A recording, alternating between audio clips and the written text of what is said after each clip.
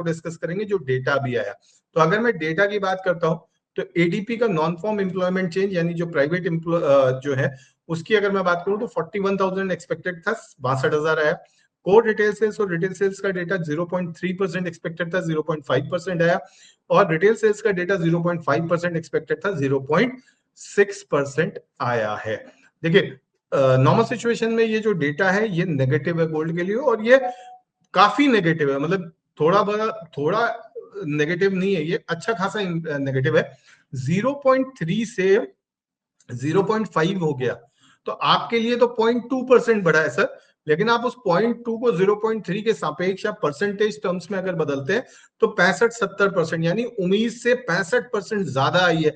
41,000 ADP non farm employment change expected था, आया 60,000 रुपए के आसपास, यानी लगभग 45% ज्यादा आया।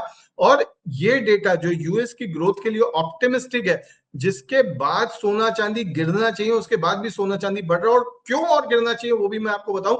हम जब 2 दिन से डिस्कस कर रहे हैं, जितने भी एनालिस्ट वर्ल्ड में डिस्कस कर रहे हैं वो एक ही बात कह रहे हैं कि गोल्ड इसलिए बढ़ेगा या बढ़ रहा है क्योंकि अब ये स्टैगफ्लेशन का दौर है। स्टैगफ्लेशन का मतलब होता है आपकी ग्रोथ स्लो हो रही है, महंगाई बढ़ रही है। पार्ले जी का बिस्किट वेट कम हो रहा है, प्राइस आज भी 5 रुपए का, तो एक तरह से अगर पहले 30 ग्राम 5 रुपए का मिलता था, आज 20 ग्राम मिल रहा है। मुझे एग्जैक्ट वेट नहीं पता है, मैं अप्रोक्सीमेटली बोल रहा हूँ कि कल को पार्ले जी मेरे पास आ जाए तो मैं आपको बता रहा हूँ कि कल अगर वो मान लीजिए 30 ग्राम था और आज 20 ग्राम हो गया, कीमत वही 5 रुपए है, तो वो आपके लिए महंगा हो गया। और महंगा कितने परसेंट से हो गया? 10 ग्राम कम हुआ, यानी 33% जो है एक तरह से आप सेम क्वांटिटी के लिए पैसा ज्यादा दोगे। और अगर आप इसको दूसरे टर्म्स में देखो तो आज अगर आप 20 ग्राम 5 रुपए का ले रहे हो और आपको 30 ग्राम बिस्किट चाहिए तो वो 30 ग्राम बिस्किट आपको मिलेगा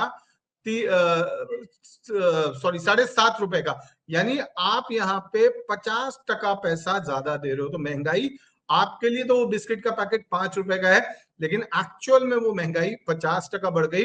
तो स्टैगफ्लेशन के दौर में क्या होता है कि महंगाई आपको जितनी दिखती है वो महंगाई उससे कहीं ज्यादा होती है। तो जनरली जब महंगाई बढ़ती है तो बैंकें ब्याज दरें कम करती हैं, सॉरी महंगाई बढ़ती है तो बैंकें जो है वो ब्याज दरें बढ़ाती हैं ताकि महंगाई को काबू में किया जा सके, लोगों के पास पैसा कम रहे कि वो कम खर्चा करें।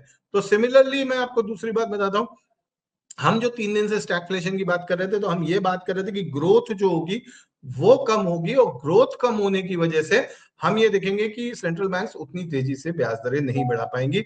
तो ये जो डेटा आया है ये डेटा ये बताता है कि ग्रोथ जो है वो उतनी वीक नहीं है जितनी एक्सपेक्टेड है। पर कहानी में एक ट्विस्ट है, ये डेटा है पिछले महीने का। एक्चुअल इन्फ्लेशन के इंपैक्ट हमें आने कब शुरू होंगे? मई जून के अंदर, क्योंकि देखिए किसी भी वॉर सिचुएशन का जो इम्पैक्ट होता है वो टेम्परेरी माना जाता है, वो ये माना जाता है कि आज है कल नहीं होगा। जैसे पावेल साहब ने जो है जब ये बोला और उसके बाद गोल्ड में तेजी शुरू हुई तो उन्होंने एक बात बड़ी क्लियर बोली कि बाय द टाइम हम क्रूड के ऊपर डिसीजन लेके, हम महंगाई के ऊपर ब्याज दरों को लेके कोई डिसीजन लेंगे तब तक तो ये सारी कहानी खत्म हो जाएगी, तब तक तो हो सकता है क्रूड ऑयल का प्राइस ही ठंडा हो जाए। तो ये जो उन्होंने बोला है ये बिल्कुल एक सच्चाई है। तो एक यही कारण है कि हम ये देख रहे हैं कि ये डेटा नेगेटिव आने के बाद भी जो गोल्ड के लिए नेगेटिव था वहां पे गोल्ड पहले थोड़ा सा गिरा और वहां से फिर गोल्ड प्राइसेस स्टेबल हो गए, गोल्ड प्राइसेस धीरे धीरे धीरे धीरे बढ़ने लग गए। तो ये एक चीज है जो आपको ध्यान में रखनी है कि कहीं ऐसा ना हो कि डेटा देख के आप गोल्ड या सिल्वर बेच दें, तो वो काम नहीं करना है।